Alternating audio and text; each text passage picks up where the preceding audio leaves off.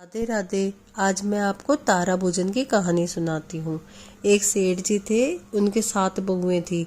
6 बहुएं तारा भोजन नहा रही थी। छोटी बहू बोली, माँ जी मैं भी तारा भोजन नहा लूं। सासू माँ बोली, बेटा अभी तुम ससुराल में नई आई हो, काम पर ध्यान दो, काम करना सीखो। बहू बोली, माँ जी मैं काम भी कर लूंगी और तारा भोजन भी नहा लूंगी। सासू माँ बोली, ठीक है तुम्हारी इच्छा है तो नहा लो। वो तारा भोजन नहाने लग गई। सुबह 4 बजे उठती, नहा धो के मंदिर जाती, फिर दर्शन करती, भजन गाती, राम बढ़ती, फिर कहानी सुनती, कार्तिक महात्म पढ़ती और पूरा नियम सेवा करके फिर शाम को तारा देख के उनको अर्घ दे के और सबको भोजन करा के फिर रात को खुद भोजन करती। ऐसे करते उसको 1 महीना हो गया।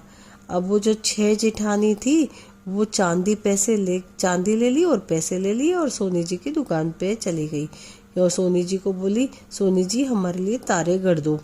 सोनी जी बोला, ठीक है बना देंगे। अब छोटी बहू भी गई, सोनी जी मेरे लिए भी तारे बना दो। सोनी जी बोले, बेटा या तो चांदी दो या फिर पैसे दो, तभी तारे बनेंगे। अब मेरे पास तो कुछ भी नहीं है। अब वो चिंता करने लगी। अब भगवान ने सोचा, ये सोनी जी ने छोटी बहू को मना कर दिया, इनको दंड देना चाहिए। अब सोनी जी के पूरे शरीर में ऐसे जोर से दर्द होने लग गया कि वो तो बिस्तर से भी नहीं उठ सकते, वो तो हाथ पांव भी अकड़ गए उनके तो, और बहुत जोर से दर्द होने लगा। तो सोनी जी बोले, हे भगवान अब मैं तारे कैसे बनाऊंगा, मैं तो उठ भी नहीं सकता, अब मेरा दर्द ठीक करो। बार बार भगवान को, दामोदर भगवान को याद कर करके वो प्रार्थना करने लगा।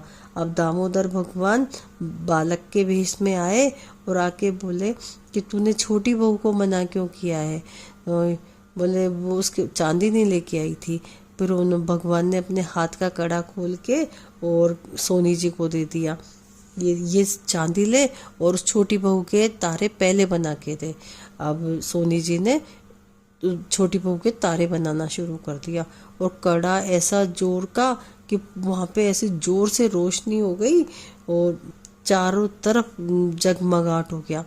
अब सोनी जी ने तारे बना दिए और तारे बना के छोटी बहू को दे दिए। छोटी बहू ने तारे लेके चढ़ा दिए और उसका नियम पूरा हो गया। हे राधा दामोदर जी भगवान, उस छोटी बहू का नियम निभाया, वैसा सबका निभाना, कहते को सुनते को ओंकारा भरते को। बोला राधे दामोदर भगवान की जय, बोलो तारायण नारायण भगवान की जय।